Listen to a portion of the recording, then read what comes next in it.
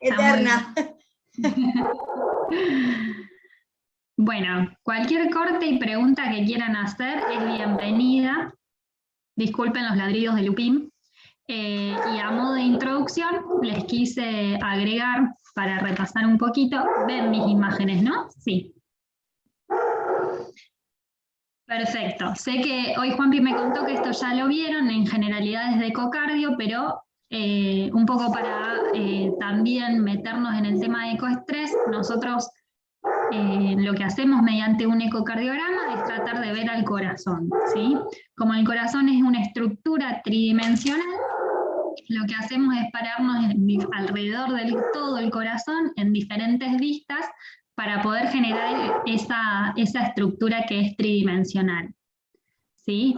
Entonces, en cada una de las vistas vamos a tener ciertas estructuras en las cuales las vamos a ver con mayor detalle y de mejor calidad, pero además de ver diferentes estructuras en cada una de estas vistas, lo que tenemos la posibilidad es de ver cada uno de los segmentos del ventrículo izquierdo, sobre todo cuando estamos haciendo un eco para evaluar la motilidad. Las 4 principales vistas en el ecocardiograma son la paraesternal izquierda, la vista apical, la subcostal y la supraesternal. Por suerte los nombres nos dicen más o menos dónde ubicamos el transductor. Cuando hablamos de... esperen que lo voy a callar a Lupín un segundo. ¡Lupi!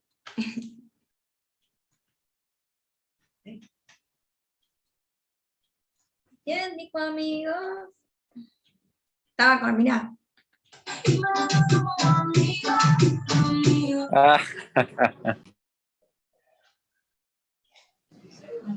¿Fue al gimnasio, doctora, o no? Mirá. A full. Bueno, perdón chicos, puede que vuelva Lupín a ladrar. Como les decía, las 4 vistas principales en el ecocardiograma son la paraesternal izquierda. Cuando decimos paraesternal izquierda nos vamos a parar al lado del esternón, del lado izquierdo, entre 2 costillitas, ¿sí? Más o menos en el segundo o tercer espacio intercostal. Eso va variando dependiendo bien la localización del corazón de cada paciente. Si los pacientes más altos, puede que el corazón esté un poco más en otro espacio intercostal más inferior y en un paciente un poquito más obeso va a estar más arriba, ¿sí? Pero nos paramos al lado del esternón, del lado izquierdo, entre 2 costillas, entre el segundo y el tercer espacio intercostal. El eje, en la vista paraesternal izquierda, nosotros, si el transductor tiene una muesca, una marquita, no sé si alguna vez la vieron, que puede ser una sobreelevación o una luz. Dependiendo de dónde apuntemos esa muesca, es lo que vamos a estar viendo en el paraesternal izquierdo. Si apuntamos la muesca, la marquita, hacia el hombro derecho, vamos a hacer un corte en el eje largo del corazón, ¿sí? Es la vista paraesternal izquierda, eje largo. Si esa muesquita, donde nosotros encontramos el corazón, nos giramos 90 grados y apuntamos hacia el hombro izquierdo, le vamos a hacer cortes en el eje corto del corazón, ¿sí? O sea, vamos a estar cortando el corazón de forma perpendicular al eje mayor, ¿sí? Y si nosotros vamos bajando la colita del transducer o subiéndola del transductor, subiéndola o bajándola, si nos acercamos más a la piel o nos alejamos un poquito más de la piel, vamos a acercarnos a los cortes apicales, y si vamos subiendo la cola, nos acercamos a los cortes basales. Y ahí sí vamos a estar viendo todo el ventrículo izquierdo, ¿sí? Cada uno de los segmentos del ventrículo izquierdo. Después tenemos la vista apical, ¿sí? Que para ver la vista apical tenemos que encontrar el choque de punta del corazón, lo palpamos y ahí apoyamos el transductor. Y lo mismo, dependiendo de si bajamos o si subimos la cola, vamos a ver diferentes estructuras. Podemos hacer una vista apical de 2 cámaras, de 3 cámaras, de 4 cámaras y de 5 cámaras. El de 5 cámaras va a aparecer la aorta, por eso se llama de 5 cámaras. Eso va variando a medida que nosotros vamos moviendo la cola del transductor. Después tenemos la subcostal, esas son las dos principales que se utilizan. La subcostal es una vista que nos permite ver principalmente la vena cava inferior, pero también se pueden hacer todas las vistas anteriores que yo nombré también desde el subcostal, ¿sí? Sobre todo es muy útil en aquellos pacientes que están ventilados, que tienen mala ventana acústica, por ejemplo por ser tabaquistas. Digamos, esa vista es la que a veces mejor se ve en esos pacientes.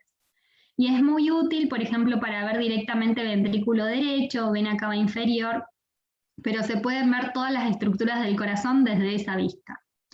La última que tenemos es la supraesternal, ¿sí? Que si nos paramos bien sobre el huequito, bien arriba del esternón. Imagínense lógicamente que lo que más vemos en esa vista son todos los grandes vasos. Lo que vamos a ver principalmente es la aorta. Aorta ascendente, callado y aorta descendente. Por ejemplo, nos va a ser útil en aquellos pacientes que sospechamos una disección aórtica y es muy útil también en aquellos pacientes, sobre todo jóvenes, que queremos descartar que no tenga una coartación de aorta, ¿sí? Entonces, sobre todo aquel paciente joven que se hace por primera vez un ecocardiograma, es importante que el ecocardiografista descarte coartación de aorta. A grandes rasgos esas son las vistas, después cada una tiene específicamente qué estructura se ve. Esto es lo mismo del eje corto, de la vista paraesternal izquierda. Si apuntamos hacia el hombro derecho vemos el eje largo del corazón. Si giramos 90 grados hacia el hombro izquierdo vamos a hacer el eje corto. Vista paraesternal izquierda, eje corto. Este es el eje largo del corazón. Esto es lo que veríamos si vemos directamente el corazón, y esta es la verdadera imagen, como se ve, ¿sí? Hay que usar mucho la imaginación, pero a medida que uno se va familiarizando, se adapta completamente a cada una de las estructuras.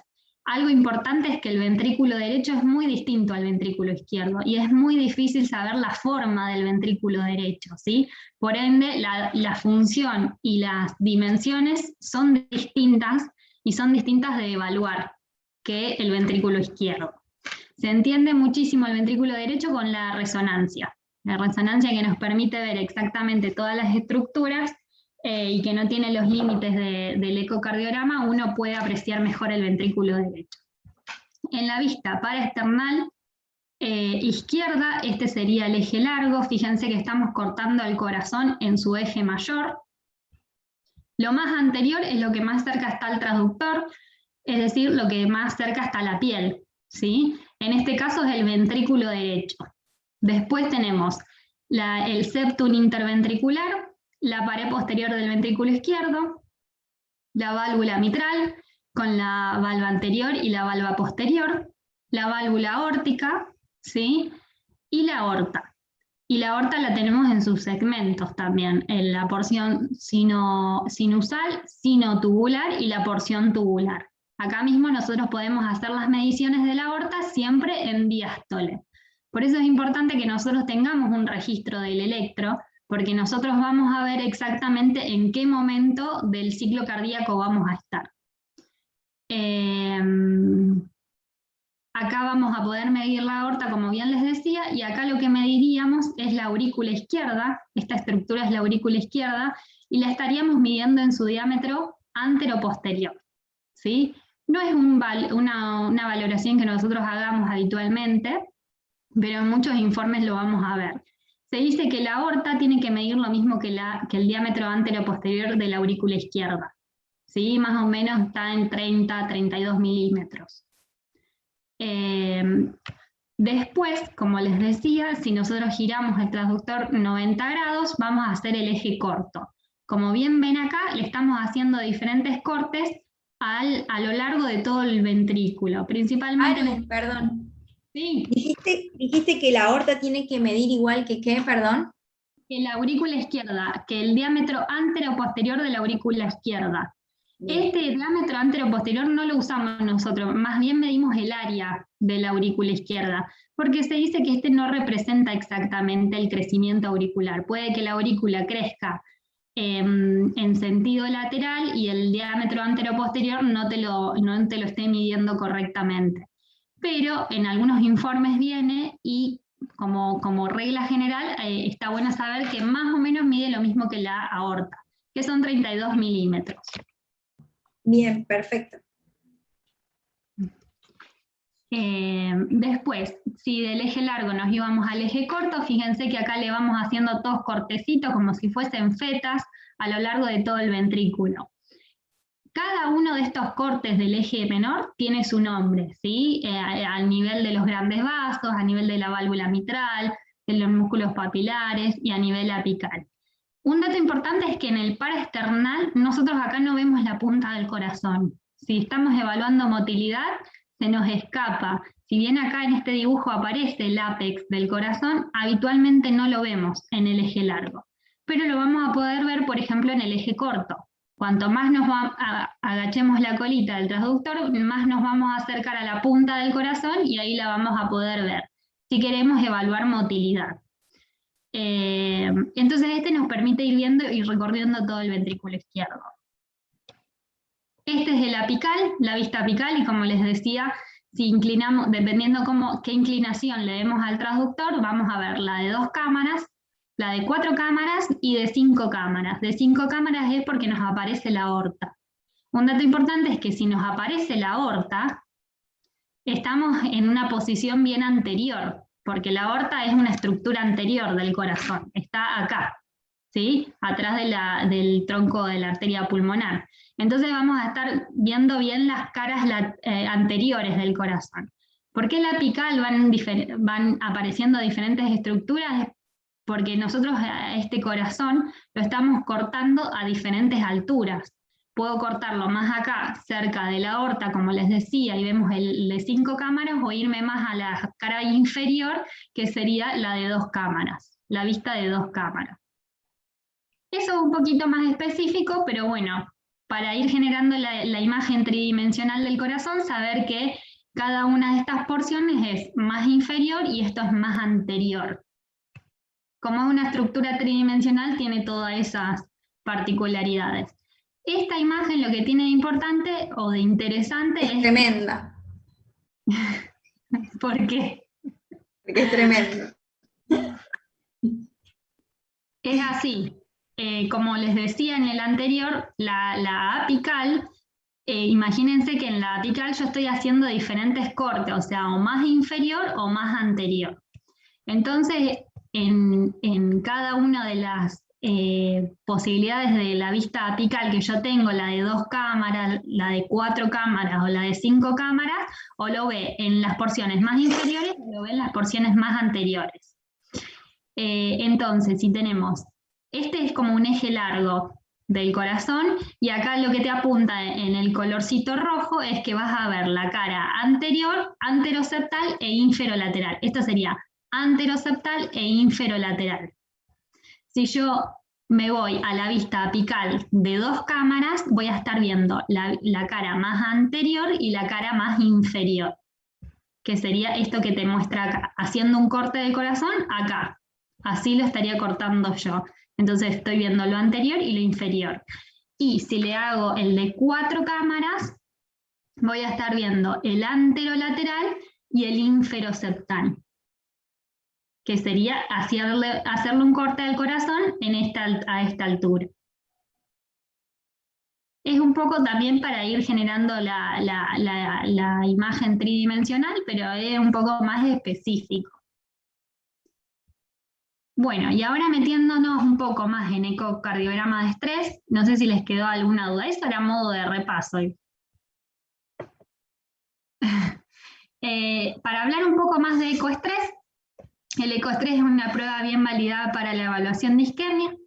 Está indicado en aquellos pacientes que tengan alteraciones basales del electrocardiograma, y es una técnica rentable, lógicamente, porque imagínense que es un estudio complementario en el cual no le hacemos contraste al paciente, no lo sometemos a un estudio de alta complejidad, y es un estudio que es económico porque es, digamos, el método que se utiliza es una ecografía, que es, digamos, un método económico. No por eso es un estudio que no es útil, es súper útil. La verdad que nosotros no lo tenemos tan difundido, pero el ecocardiograma de estrés es muy útil por los valores, la certeza diagnóstica que nos puede ayudar en algunos pacientes. Tiene una sensibilidad para predecir enfermedad arterial coronaria del 88% como media. Es decir, si un paciente tiene una estenosis sobre una arteria coronaria mayor del 50%, en el 88% de las veces vamos a poderle hacer el diagnóstico mediante un ecoestrés, ¿sí? Esa es la media. Tenemos un porcentaje que va desde el 76% para alguna población y hasta el 94% de sensibilidad para detectar en ese paciente enfermedad arterial coronaria. Y tiene una especificidad del 83%. O sea, es un método complementario con mucha sensibilidad, o con una sensibilidad alta. Esto sería más o menos lo que se hace y lo que se necesita. La prueba se puede hacer mediante estrés de esfuerzo o mediante estrés farmacológico. ¿Sí? Nosotros habitualmente a los pacientes internados los sometemos al estrés farmacológico, pero también se puede hacer y se hace en el subsuelo del sanatorio el estrés con ejercicio. Se puede hacer sobre una cinta sin fin, que sería esta, igual que la ergometría, o sobre una bicicleta fija. Este tipo de bicicletas yo no las conocí, pero me dijeron que en el ICR utilizan estas, en el cual el paciente está reclinado, está haciendo la actividad física, que es un poco más incómoda para el paciente andar en bicicleta recostado, pero es muy cómodo para el ecocardiografista ir tomándole las imágenes. Nosotros al paciente lo vamos a conectar a un electro, ya sea el electro estando internado o los electrodos conectados a una computadora donde vamos a ir viendo el registro del electrocardiograma de manera continua. Conectamos los 6 electrodos precordiales y las 4 derivaciones para ver las derivaciones frontales. O sea, en total vamos a tener las 12 derivaciones habituales de cualquier electrocardiograma. Lo conectamos como les decía, al electro, le tomamos la presión a nivel basal. Antes de eso se toman imágenes basales para saber cómo es el ecocardiograma basal de ese paciente. Posteriormente lo ponemos a hacer el esfuerzo, en este caso físico, el paciente corre al máximo posible. Se utiliza el protocolo de Bruce, que es el mismo protocolo que en las ergometrías,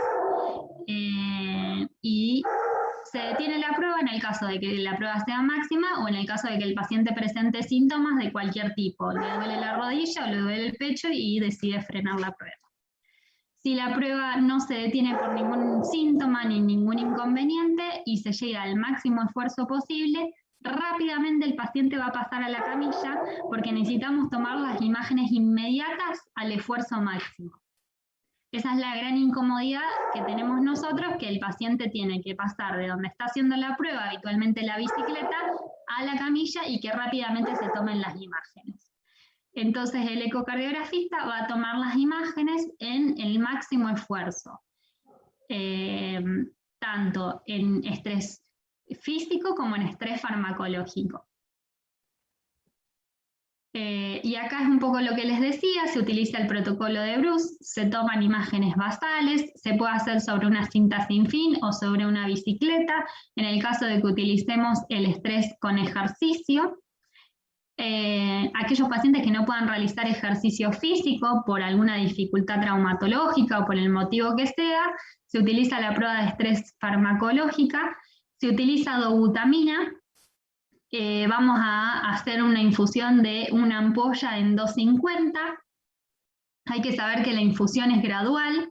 Esto significa que vamos a ir aumentando las gamas a medida que vaya transcurriendo la prueba y se pueden utilizar hasta 40 gamas, ¿sí?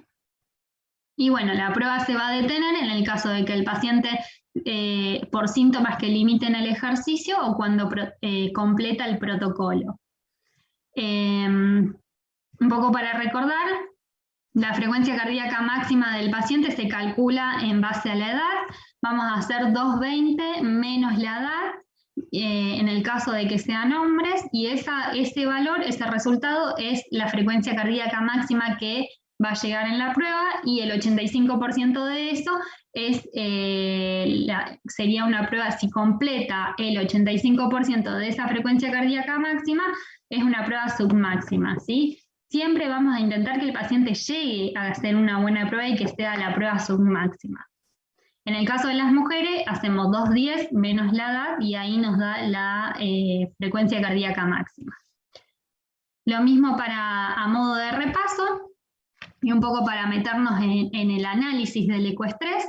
Nosotros al corazón, se dice que existe el modelo de los 17 segmentos, es un modelo que se utiliza tanto en eco como en resonancia.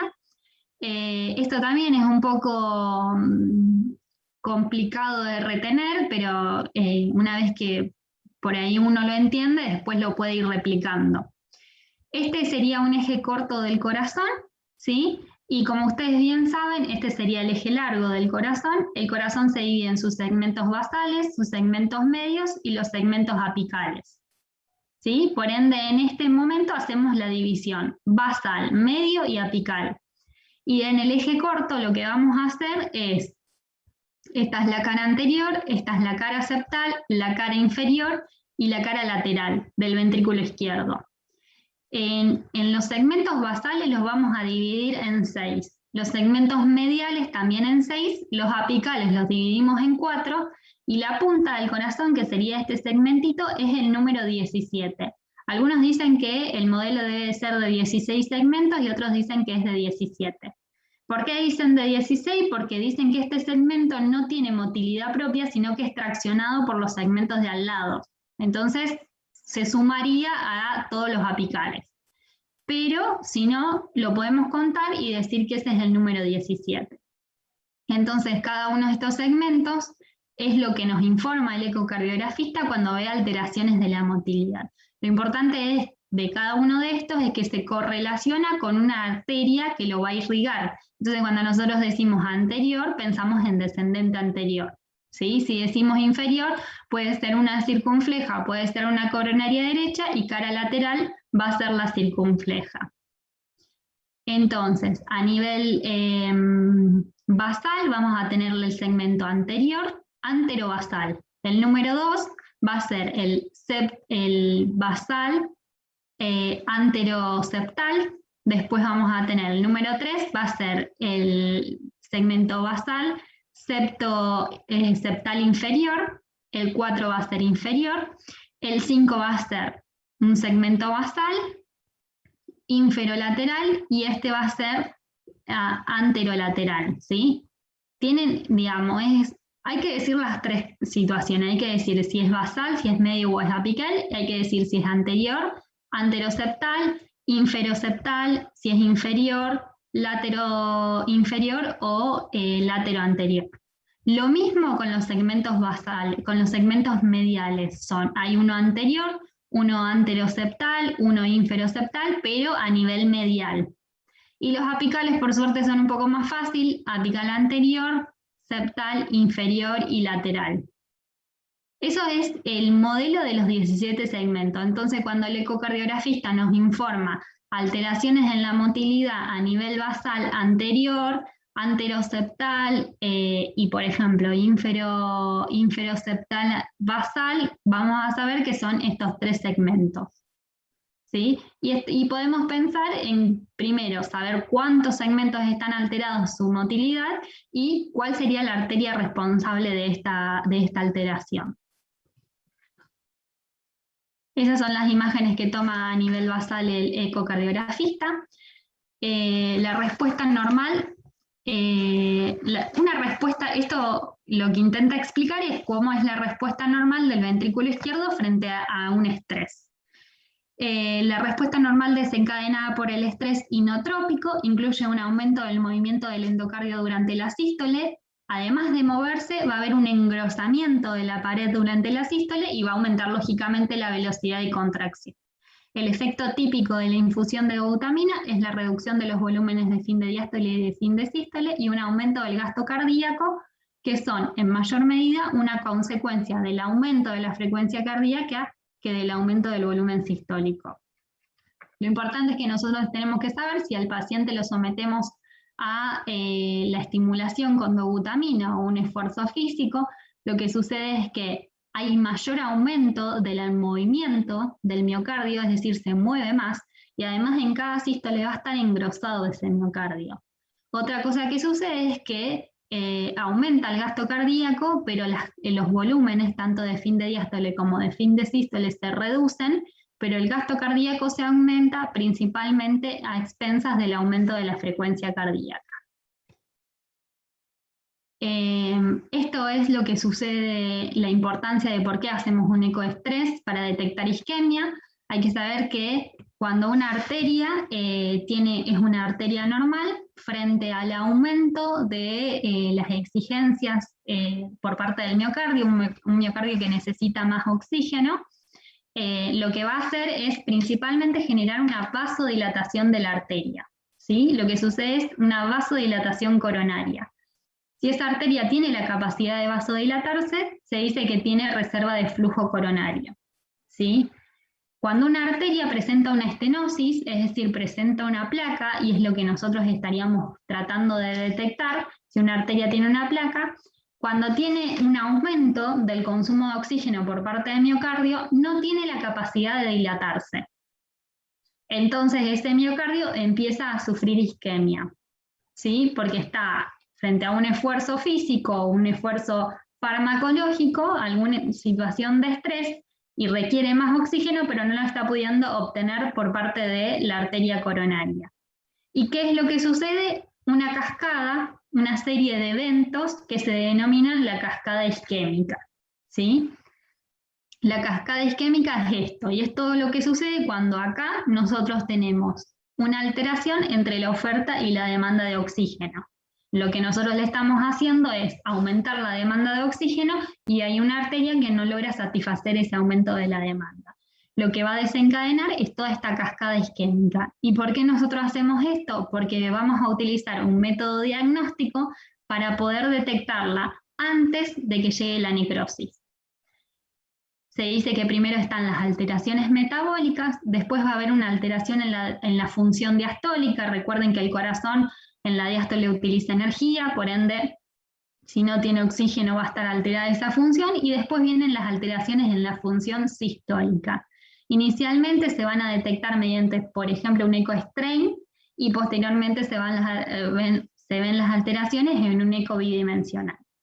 Después vienen las alteraciones en el electrocardiograma y después el paciente va a presentar angina, por lo cual nosotros nos estamos adelantando al el estadio final de toda esta cascada isquémica. Y es importante para hacer prevención de esa lesión, de esa obstrucción que tiene sobre esa arteria el paciente. El ecoestrés identifica las nuevas anomalías parietales que van a ser reversibles y que van a estar precipitadas por esta isquemia inducida mediante el estrés en ejercicio o el estrés farmacológico. Acá tenemos, bien, ahora, cuando nosotros decimos que se mueve bien un ventrículo, nosotros podemos, digamos, a cada uno de estos 17 segmentos que nosotros vimos de ese corazón, podemos decir, bueno, tiene la motilidad normal, presenta hipoquinesia, está aquinético, tiene disquinesia o está neurismático. Cada una de estas situaciones tiene una definición para nosotros saber en qué situación estamos. Cuando la motilidad es normal de cada uno de estos segmentos, le vamos a dar el puntaje 1. ¿Y cómo sabemos que se mueve de manera normal? Cuando durante la sístole, perdón que me trabé, durante la sístole, por eso nosotros necesitamos el registro del electrocardiograma, es decir, en el complejo QRS, nosotros tenemos que ver que todos los segmentos de ese ventrículo izquierdo se muevan. ¿Cuánto se muevan? Cuánto, además de moverse, se tienen que engrosar. Se tienen que engrosar más del 30% del diámetro basal. Obviamente eso lo hace un ojo entrenado, ¿no? ¿Y hacia dónde se tiene que mover? Hacia el interior de la cavidad. O sea que yo me tengo que parar acá y todos estos segmentos en el mismo momento, o sea, en el QRS, tienen que dirigirse hacia el interior de la cavidad y se tienen que engrosar. Además de moverse, se tienen que engrosar. Entonces yo digo que todos los segmentos están normokinéticos. Cuando uno de esos segmentos, 1, 2 o 3, o los que sean, no se mueve como se debe mover, se mueve, pero no lo suficiente, engruesa, pero no lo suficiente, decimos que está hipokinético. Cuando ese segmento, durante la contracción ventricular, no se mueve, y encima está un poco adelgazado, más que adelgazado, no presenta engrosamiento, está akinético. Y diskinético es cuando todos los segmentos se contraen durante la sístole y en vez de acercarse al interior de la cavidad, se aleja. Entonces, no ayuda a la contracción de ese ventrículo, sino que la empeora. Por eso la diskinesia empeora la FEI. No es lo mismo tener 3 segmentos hipokinéticos que tener 3 segmentos diskinéticos. Le baja la fracción de eyección a este ventrículo porque en vez de dirigir la sangre hacia una dirección, se aleja, aumenta la cavidad. Y aneurismático es cuando está, además de que no presenta motilidad, no se mueve, se aleja durante la sístole, va a estar, el engrosamiento está ausente y adelgazado. ¿Sí? A medida que empeora la función de ese ventrículo, le vamos a dar un puntaje mayor, del 1 al 5. El 1 es normal, el 5 ya estamos hablando de aneurisma.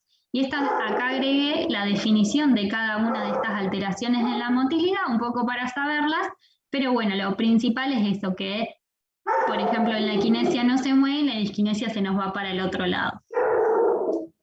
Esto porque nosotros le asignamos un puntaje a cada segmento del ventrículo izquierdo para calcular el índice de motilidad regional.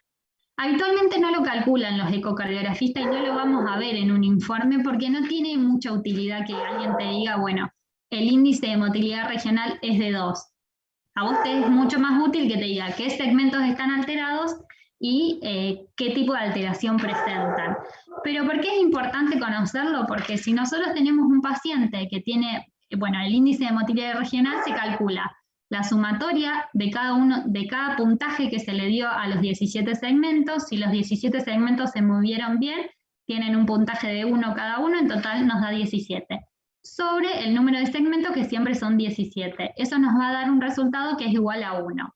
El paciente que tiene un ecoestrés con una prueba que fue buena, que fue por lo menos submáxima, que no presentó alteraciones en el electrocardiograma, que no presentó síntomas, o quizás los síntomas fueron muy inespecíficos, pero ningún segmento tuvo alteraciones, es decir, tiene un índice de motilidad regional igual a 1, tiene un riesgo de experimentar eventos cardíacos, es decir, un infarto de miocardio no letal o muerte de origen cardíaco menor al 1% por año.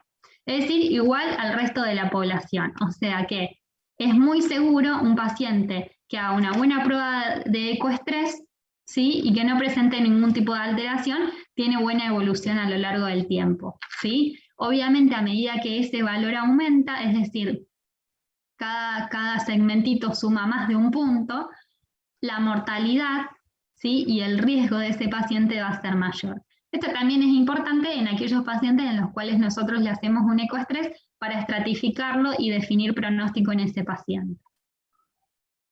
¿Cuáles son las indicaciones de un ecoestrés? Se lo vamos a hacer a aquellos pacientes que nosotros sospechamos que van a tener lesiones en las arterias coronarias. Habitualmente, por ejemplo, si es un paciente que viene con síntomas, no presenta troponinas positivas, no estamos sospechando un infarto, pero sí estamos sospechando algún tipo de angina frente al esfuerzo.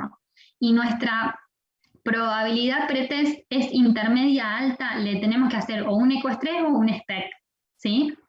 Recuerden que la tomografía de arterias coronarias está indicada para aquellos pacientes que tenemos una probabilidad pretest baja, porque nos sirve para descartar. enfermedad arterial. Pero estos, como tienen gran capacidad de detectar la enfermedad en la arteria coronaria, le vamos a indicar a aquellos pacientes en los cuales sospechamos que puede tener lesiones en las arterias coronarias. Se lo vamos a indicar en aquellos pacientes que vengan con síntomas y tengan un electro no interpretable, por ejemplo, bloqueo de rama izquierda, que nosotros le vamos a hacer la ergometría y no va a presentar alteraciones en el electro, por ende nos baja la posibilidad de diagnosticar enfermedad arterial, pero si le hacemos un eco mientras hace el esfuerzo, vamos a poder ver las alteraciones en el ecocardiograma. Aquellos pacientes que no puedan hacer actividad física, le vamos a hacer el ecoestrés con farmacológico, y en aquellos, bueno, que tengamos una probabilidad pretest intermedia alta.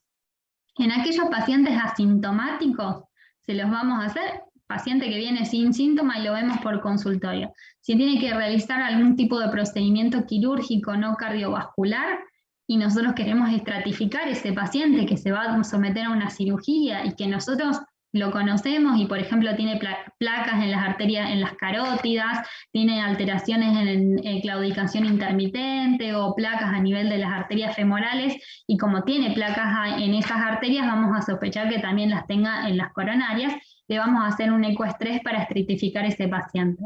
Cuando queremos definir pronósticos sobre el paciente, o bueno, con el paciente de alto riesgo para enfermedad arterial coronaria. Estas son las indicaciones para detener la prueba. A modo general son las mismas indicaciones que se detiene una ergometría. Si el paciente presenta elevación del segmento ST, si el paciente presenta taquicardia ventricular, si la presión arterial disminuye en vez de subir o mantenerse igual, si presenta una angina moderada severa, sobre todo si el síntoma es bien típico, si presenta síntomas del sistema nervioso, signos de hipoperfusión, como pueden ser cianosis, palidez, alteración del sensorio, que tengamos dificultades técnicas o que el paciente lo desee. En este caso lo vamos a ir deteniendo. Y las indicaciones relativas es un poco más de lo mismo. Si presenta arritmias, si presenta una arritmia con un QRS ancho, en el cual nosotros no podamos descartar si es TB o aberrancia de rama, entonces ahí también lo vamos a detener. Si presenta cambios en el segmento ST, como pueden ser depresión, y nos genera muchas dudas, también lo vamos a detener. Si se pone hipertenso el paciente, con una sistólica mayor de 250 y una diastólica mayor de 115, también lo vamos a detener. Son las mismas indicaciones que en la ergometría y son lo mismo que por los cuales uno tendría los signos de alarma, o sea que el paciente esté isquémico en ese momento, ya tuvimos el diagnóstico, vamos a detener la prueba. Acá agregué los efectos adversos de la dobutamina, que son muy frecuentes y no hacen detener la prueba siempre y cuando no se ponga muy molesto para el paciente, ¿sí? Tratamos de que tolere un poquito esas molestias para poder continuar con la prueba, porque revierten instantáneamente cuando uno deja de pasar la dobutamina. Las palpitaciones, lógicamente, es muy molesto para el paciente siente que está corriendo esa misma agitación, esa misma falta de aire, pero está acostado en una cama, entonces suele ser un poco incómodo para ellos. Pueden presentar náuseas, cefalea, urgencia urinaria y parestesia. Todo esto cede instantáneamente cuando uno deja de pasar la dobutamina. ¿Cuáles son las limitaciones del ecocardiograma de esfuerzos? En algunos momentos puede ser que nosotros tengamos falsos negativos, es decir, que tenga enfermedad arterial coronaria y nosotros no estemos haciendo el diagnóstico. Cuando el paciente no haga una buena prueba, por ejemplo, cuando no sea submáxima la frecuencia cardíaca y la prueba no sea buena, puede ser que ahí el estudio no sea de buena calidad y por ende no estemos diagnosticando con certeza una enfermedad arterial coronaria, o que utilice beta bloqueantes, que tengamos mala calidad de imagen, ya sea porque justo el paciente se movió, porque no aguantó en el momento o porque la ventana acústica no es buena. Y la presencia de áreas de isquemia pequeñas, sobre todo si corresponden a un vaso único o de la arteria circunfleja.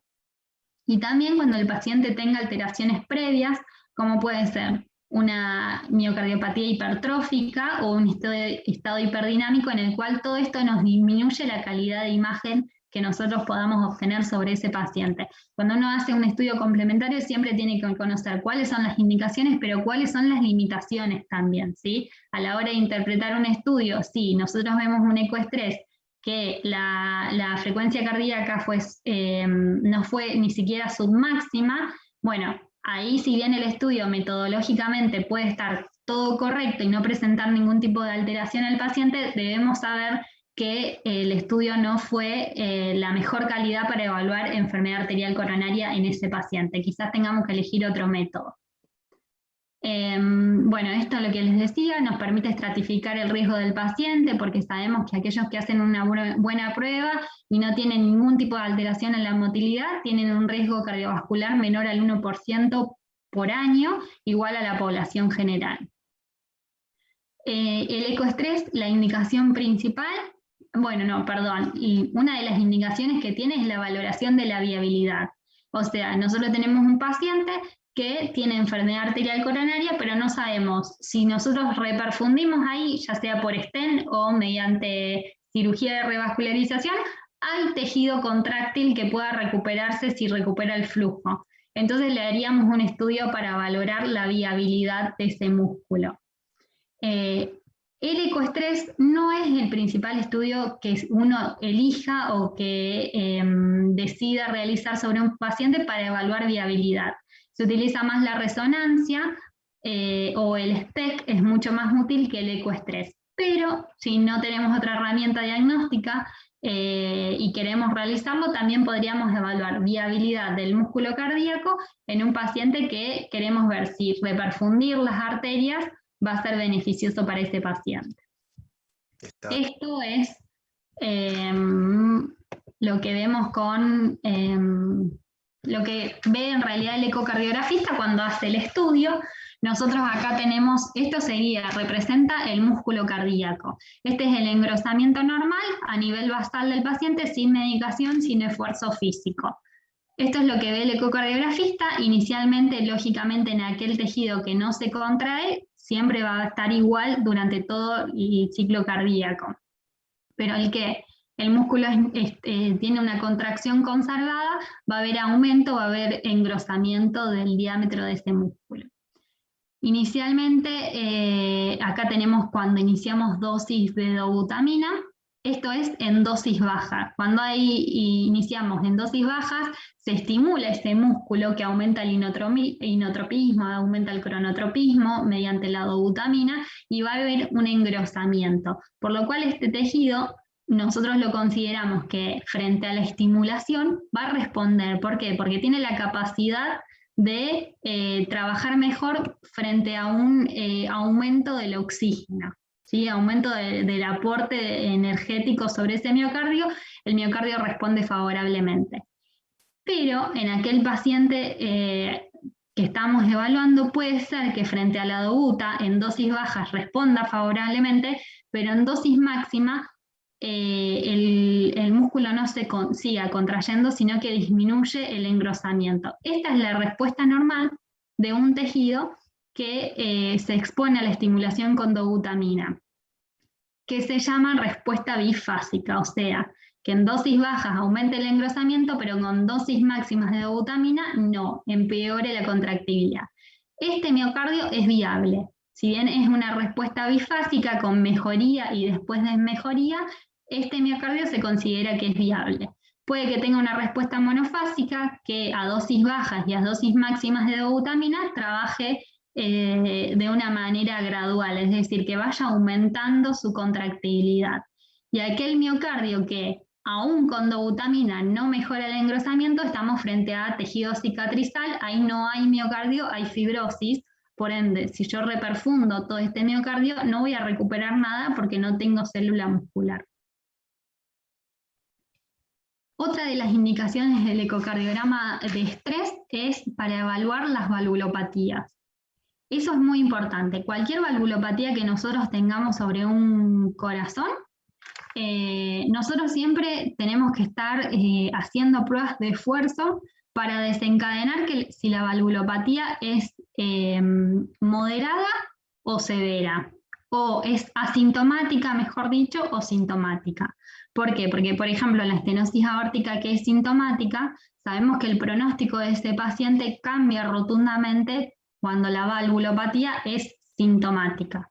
Entonces es importante en aquel paciente que nosotros venimos siguiendo, por ejemplo, por consultorio externo y tienen una valvulopatía moderada severa, pero no presenta síntomas, estar alertas al inicio de los síntomas para indicar tratamiento. ¿Qué sucede? En algunos pacientes no se exponen a un esfuerzo físico, ya sea porque mayormente se quedan adentro del domicilio y no salen a caminar, a medida que sienten síntomas cada vez van haciendo menos actividad. Entonces, para la conciencia del paciente no hay momento en que presente síntomas, pero porque no se expone a esa dificultad. No por una cuestión consciente, sino porque a medida que algo le genera disconfort, deja de hacerlo. Sobre todo esos pacientes, lo que nosotros vamos a hacer siempre es tratar de someterlos a alguna prueba de esfuerzo para desencadenar síntomas. Entonces el ecoestrés, por ejemplo, se puede realizar para estos pacientes, ya sea para ver si efectivamente presenta síntomas y ver cómo se comporta mediante ecocardiograma esa válvula. Una de las indicaciones es en aquellos pacientes que, creo que esto lo han visto y lo hacemos bastante, tenemos una estenosis aórtica severa de bajo flujo, bajo gradiente. ¿Sí? ¿Qué significa esto?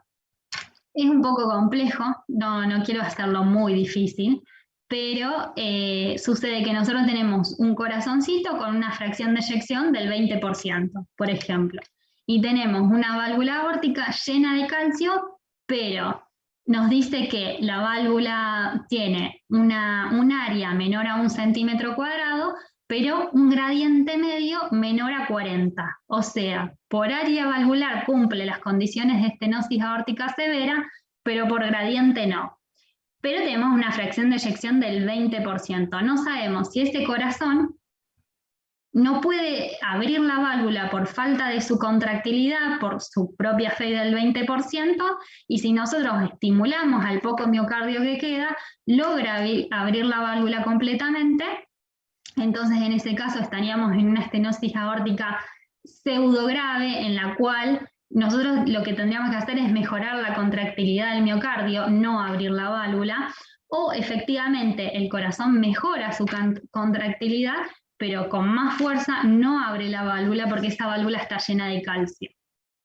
¿Sí? Entonces, lo que nosotros quisiéramos definir en este caso es si yo mejoro la contractilidad, logro o no abrir esa válvula, para saber si es una verdadera estenosis aórtica o es una pseudoestenosis aórtica. Y otra de las cosas que podemos evaluar mediante un ecoestrés, esto se hace farmacológico porque someter a un paciente a un esfuerzo físico con una estenosis aórtica severa está contraindicado. Se hace con dobutamina, se llegan solamente a 20 gamas, obviamente como siempre lo hacemos de manera gradual, empezamos con 5 gamas, a medida que el paciente lo va tolerando correctamente tratamos de llegar a las 20 gamas. Y lo que sucede es que además de evaluar efectivamente qué tipo de valvulopatía tiene el paciente, lo que vamos a ver es si el paciente tiene reserva de flujo coronario.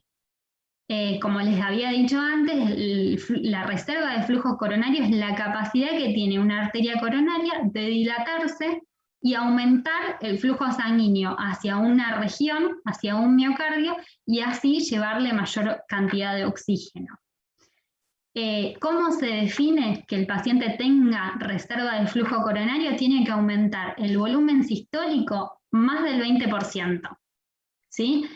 Esto lo único que nos permite, además de conocer que evidentemente hay músculo o miocardio viable y que si le aumentamos los aportes trabaja mejor, nos precisa solamente esa información, nos habla de que ese paciente tiene mejor pronóstico, ¿sí? Le va a ir mejor frente a un procedimiento quirúrgico que aquel paciente que no tenga reserva de flujo coronario. De todas formas, es importante también saber que siempre el paciente se va a operar. La estenosis aórtica que esté sintomática tiene mal pronóstico, entonces sí es siempre mejor operar ese paciente que dejarlo a su evolución natural, que siempre va a ser muy mala. Entonces, tenga o no tenga reserva de flujo coronario, hay que operarlo. Lo que sabemos es que aquel que tenga reserva de flujo coronario le va a ir mejor que aquel que no tenga reserva de flujo coronario. Y, lógicamente, una estenosis aórtica, por más que, digamos, nos permite clasificarla el ecoestrés, si tiene síntomas también es importante saber que ese paciente hay que tratarlo, ¿sí?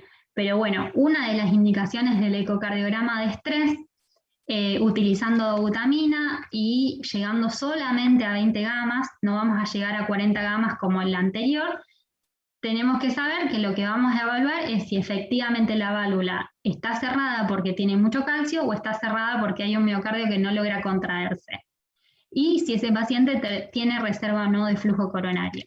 Este cuadro lo explica un poco mejor, ¿sí? Y trata de resumir lo que yo acabo de decir. Esta sería la condición de ese paciente. Es un paciente que tiene una estenosis aórtica de bajo flujo y bajo gradiente. ¿Por qué bajo flujo? Porque tiene un flujo, un volumen sistólico que se llama índice latido, no me acuerdo bien, índice latido, que es el volumen sistólico en cada latido, va a ser menor a 35 mililitros, ¿sí? Y tiene bajo gradiente porque el gradiente medio de ese paciente va a ser menor a 40 milímetros de mercurio. Suelen tener, siempre tienen, fracción de eyección menor del 50%, pero cuando medimos el área valvular, que la podemos calcular por la ecuación de continuidad, nos va a dar menor a 1 centímetro cuadrado, ¿sí? Entonces a ese paciente nosotros lo sometemos a un ecoestrés con dobutamina. Tenemos la posibilidad de que el volumen sistólico aumente más del 20% y vamos a decir que ese paciente tiene reserva de flujo coronario. Si el volumen sistólico no aumenta más del 20%, no tiene reserva de flujo coronario. De todas formas, estimulamos a ese paciente con 20 gamas de dobutamina y lo que vamos a tener son 3 condiciones distintas. Una es que efectivamente ese corazón, al aumentar la contractilidad, aumentar el inotropismo de ese músculo, genere un gradiente medio mayor de 40 milímetros de mercurio y habitualmente el área valvular va a modificarse, ¿sí? Puede que sea más de 1 centímetro cuadrado o puede que no. Entonces ahí, si es menor a 1 centímetro cuadrado, y como les decía, algo va a aumentar. Si tiene 0.7 va a pasar a 0.8, porque lógicamente al aumentar la contractilidad, algo más se va a abrir esa válvula. Pero aumentamos el gradiente medio a más de 40. En ese caso estamos frente a una verdadera estenosis aórtica, ¿sí? Como les decía, el paciente puede tener flujo coronario, reserva de flujo coronario, como no reserva de flujo coronario. Después tenemos la pseudoestenosis aórtica, en la cual tiene un gradiente medio menor de 40, pero el área valvular supera el 1 centímetro cuadrado, por ende va a ser una pseudoestenosis. Y en el caso, que es el que mayormente vemos también, en el cual lo sometemos al ecoestrés con dobutamina y el paciente conserva estos dos valores. Tiene un gradiente medio menor de 40, no lo modificó, y el área valvular sigue midiendo menos de 1 centímetro cuadrado. En este caso hay que hacer toda esta fórmula que es muy larga, que habitualmente no se utiliza, pero en este caso vamos a decir que el paciente efectivamente tiene una estenosis aórtica severa. Y lo mismo, puede tener reserva de flujo coronario como puede que no tenga reserva de flujo coronario. A este paciente siempre lo operamos, sabiendo que el que no tiene reserva de flujo coronario, tiene peor pronóstico. Pero siempre es necesario ofrecerle un tratamiento a este paciente porque la evolución natural va a ser peor. Acá agregué lo que sería estenosis aórtica de bajo flujo, bajo gradiente, pero con FEI conservada. Esta es la misma situación, pero cuando el paciente tiene una fracción de eyección conservada. En estos casos también podemos hacer ecoestrés con dobutamina, pero se cree que estas situaciones es cuando el ventrículo izquierdo es tan pequeño que no tiene un buen volumen sistólico, por eso tiene bajo flujo, y se debe principalmente a aquellos pacientes, se dice que mayormente son mujeres, con historia de hipertensión arterial y con ventrículos izquierdos muy hipertrofiados. Hay que ofrecerles la posibilidad de un tratamiento quirúrgico a estas pacientes, pero también tienen peor pronóstico. Y nada más. Quiero ver sus caras de nuevo. Ari, ¿cómo Hola, estás? ¿cómo va? Che, me enganché, re linda la clase, te quería felicitar. Porque justamente hoy estuvimos hablando con Araceli y le había pedido si me podía ayudar a repasar 2 segundos lo de gimnasia órtica, así que por eso me enganché, re bien. Qué bueno que te pudiste enganchar, yo no me di cuenta de Bueno, la si después me querés visión. explicar, abierto. Obvio Che, que sí, ¿puedo aportar 2 cositas al tema? por supuesto. Con respecto al ecoestrés, me anoté justamente acá, el ecoestrés también lo podemos utilizar en la sospecha de cardiopatía isquémica, siempre estable obviamente. Como vos dijiste, no utilizamos en pacientes teniendo la resonancia, no utilizamos un ecoestrés en un paciente, por supuesto, que esté cursando con marcadores positivos y demás, eso no. Claro. Salvo que sea por consultorio externo, como para que quede el concepto. Y otro es, desde en la guía de 2020 de síndromes coronarios crónicos, se incluyó a la disnea como una probabilidad pretest, así que en la evaluación de la disnea, o por ejemplo para cuando queremos inducir o buscar insuficiencia cardíaca con fracción de eyección conservada, también lo podemos usar al ecoestrés. Te digo porque lo hicimos con mi abuela, no sé si te acordás, que venía con esa disnea pedorra, pedimos el ecoestrés y nada, las presiones estuvieron todas. Así Claro, que la mandamos totalmente. al psicólogo. Es muy interesante porque es verdad, el ecoestrés también se utiliza en aquellos pacientes que tengan disnea, o sea, que uno sospeche que tenga insuficiencia cardíaca, entonces le haces el eco, tiene fracción de eyección conservada, y bueno, ahí descartás una IC con FEI deteriorada, pero no podés saber si tiene efectivamente una IC con FEI preservada. Entonces lo que le haces es un ecoestrés con dobutamina, o con ejercicio, y ahí evalúas si frente a un esfuerzo ese corazón no logra trabajar correctamente y aumentan las presiones de llenado del ventrículo izquierdo. Entonces vos ahí estarías diagnosticando una insuficiencia cardíaca con fracción de eyección preservada. En ese caso también te sería sumamente útil. Claro. Es verdad. Sí, sí. Bueno, eso nomás. Me voy a Borussia. Bueno. ¿A dónde se va? A Borussia a tomar una cervecita. Chau, chis. Chao, Tincho. Adiós. ¿Quién pudiera?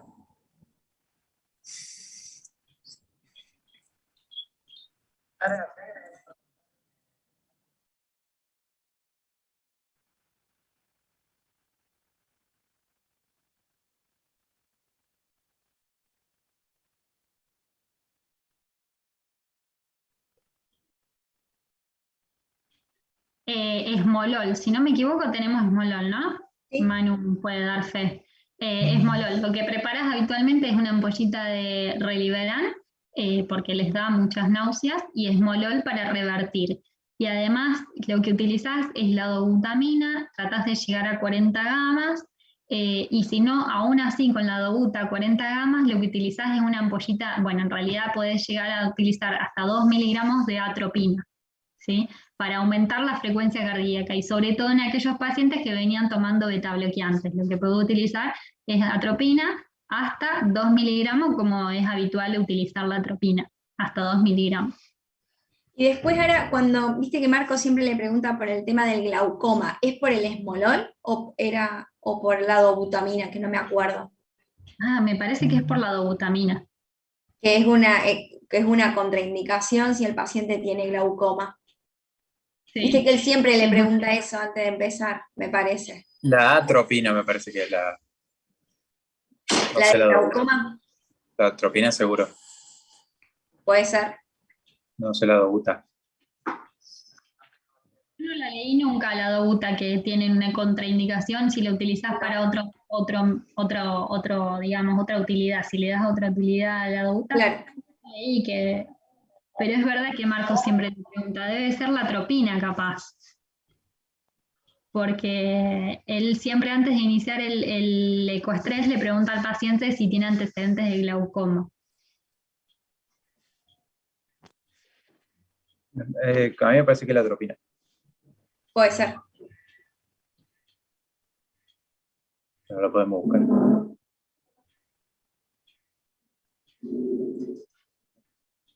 Fue muy buena, complicado, Ari. acepto críticas. Fue muy bueno. Y se nota que te gusta. ¿Se nota? Sí, la verdad que quedó un poco más lindo para dar. Y pasión.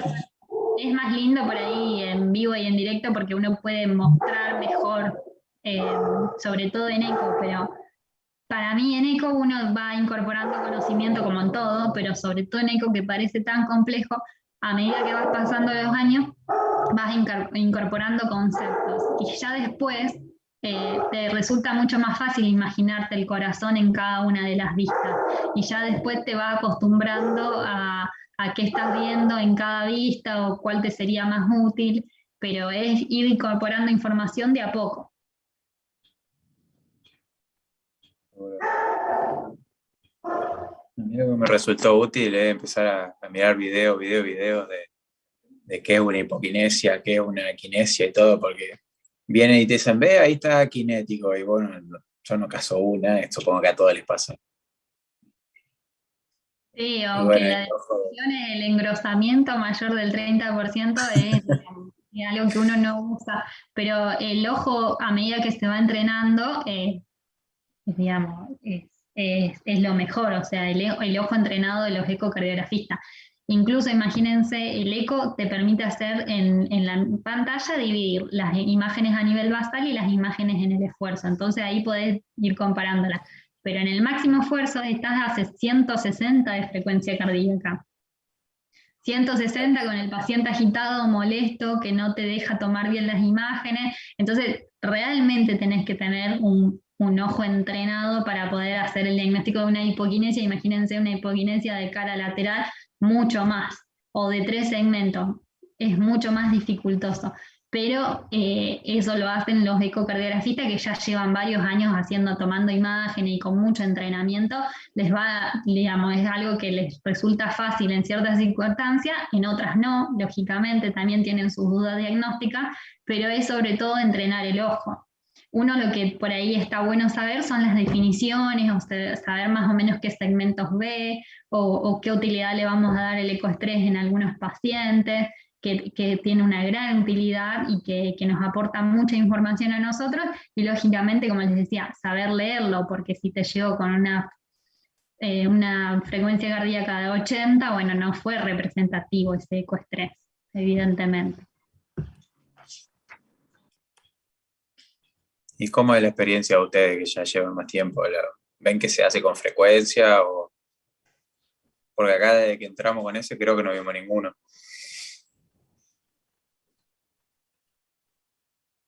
Antes hacíamos un montón, Ara. Nosotros hacemos un montón en realidad. A mí me queda esa sensación de que hacemos un montón.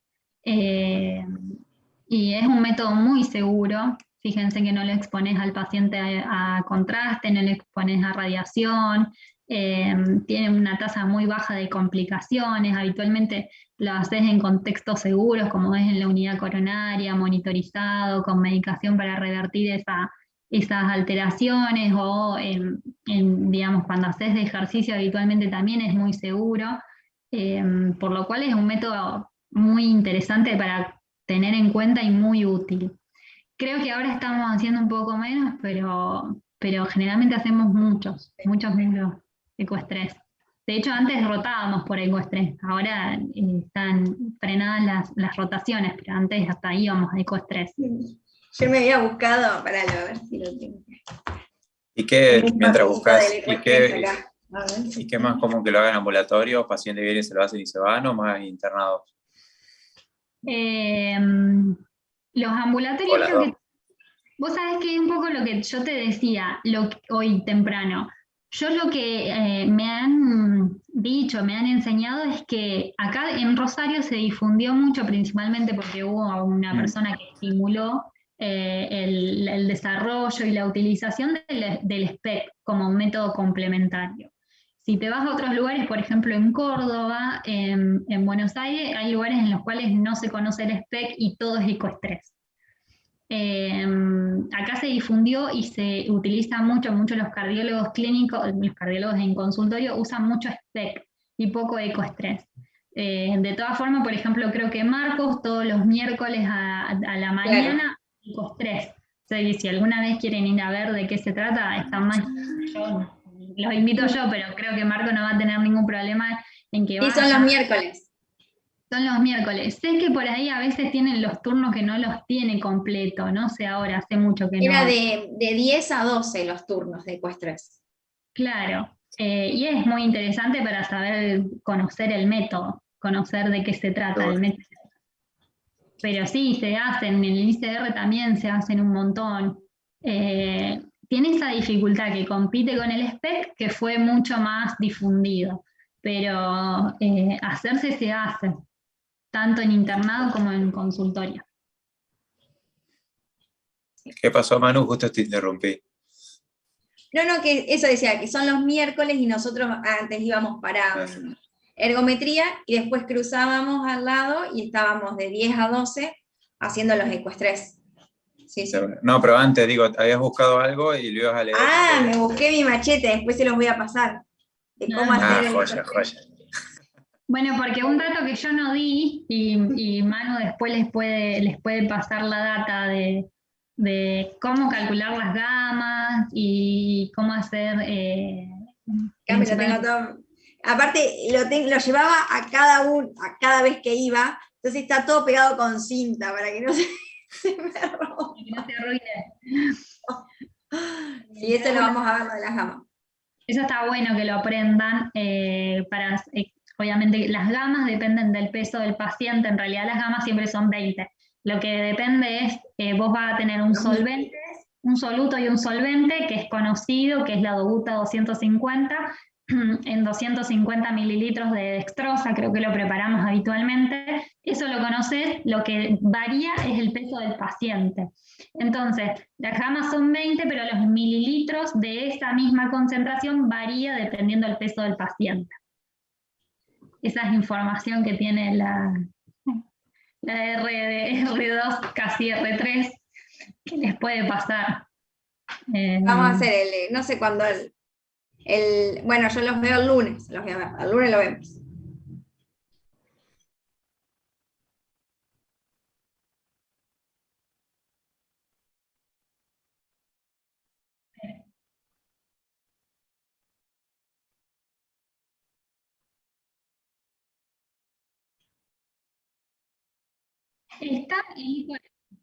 En el sanatorio no se hace, y eso nunca vi, pero se hace el ecostrain en esfuerzo, lo mismo, pero haciendo ecostrain.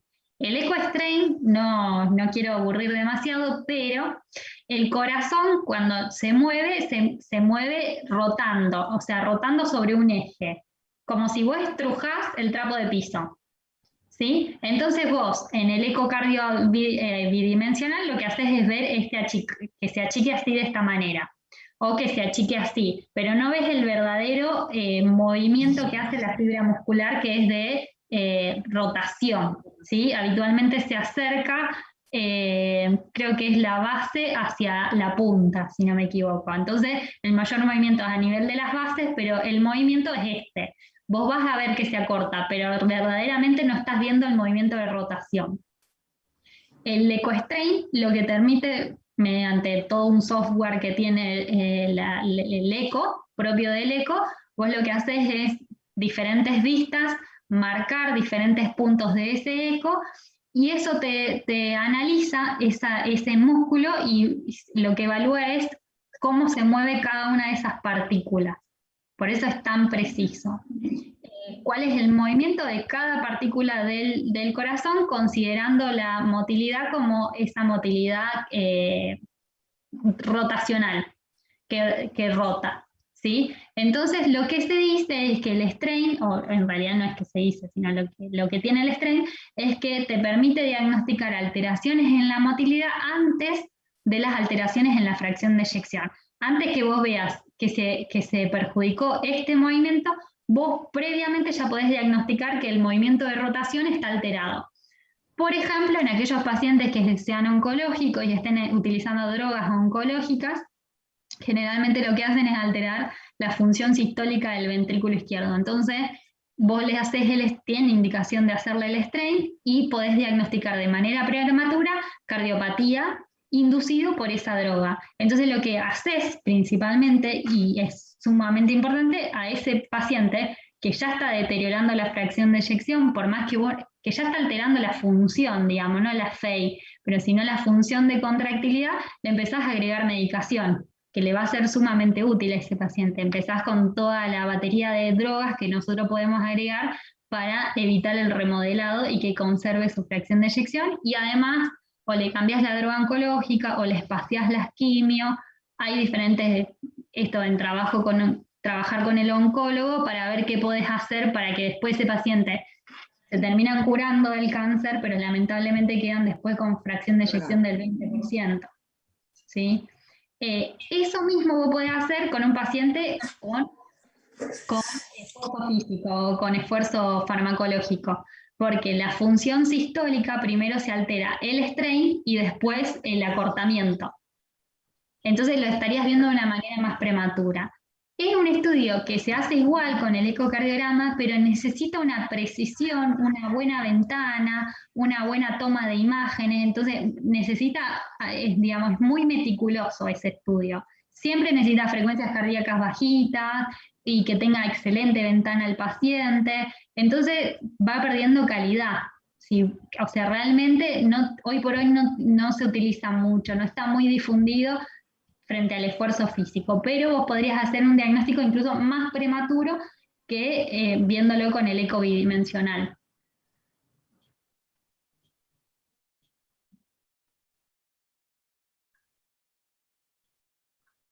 Sí.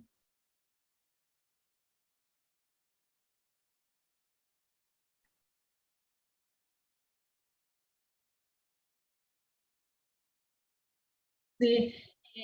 Tienen utilidades muy interesantes y está muy bueno, pero por ahora son muy específicas las indicaciones. Y realmente yo no he visto nunca frente a esfuerzo, no sé si sería muy viable, no sé si necesitas otro aparato o otra cosa, porque realmente pierde mucha calidad de imagen la frecuencia. ¿Y si lo usa para la enfermedad de Fabry o no? Sí, sí. Sobre todo para las miocardiopatías es muy útil, porque vos estás, si bien no tenés una visualización microscópica de ese miocardio, estás viendo bien la deformidad a inicios tempranos y bien la deformidad exacta de esa partícula. Entonces, realmente haces un diagnóstico muy prematuro y de mucha certeza diagnóstica. O sea, realmente te sirve, por ejemplo, en ciertas miocardiopatías se alteran algunas partes del miocardio específicas. Entonces esto te muestra específicamente qué segmento de esos 17 segmentos está alterado y ahí te inclina, por ejemplo, a enfermedad de Fabry, que te da una miocardiopatía con una semiluna, por ejemplo, o una media luna, creo que es bien específica, entonces te da una sospecha muy alta de que tiene Fabry y ahí le haces quizás el estudio genético y finalmente llega al diagnóstico. O por ahí se les inicia el tratamiento al paciente cuando evidentemente el strain desmejoró de un año a otro, entonces ahí intensificas más el tratamiento. Sí, es muy útil en las miocardiopatías. Bueno, Ari, gracias. Bueno, gracias. Espero que les haya sido útil. Besito a todos. Buena guardia.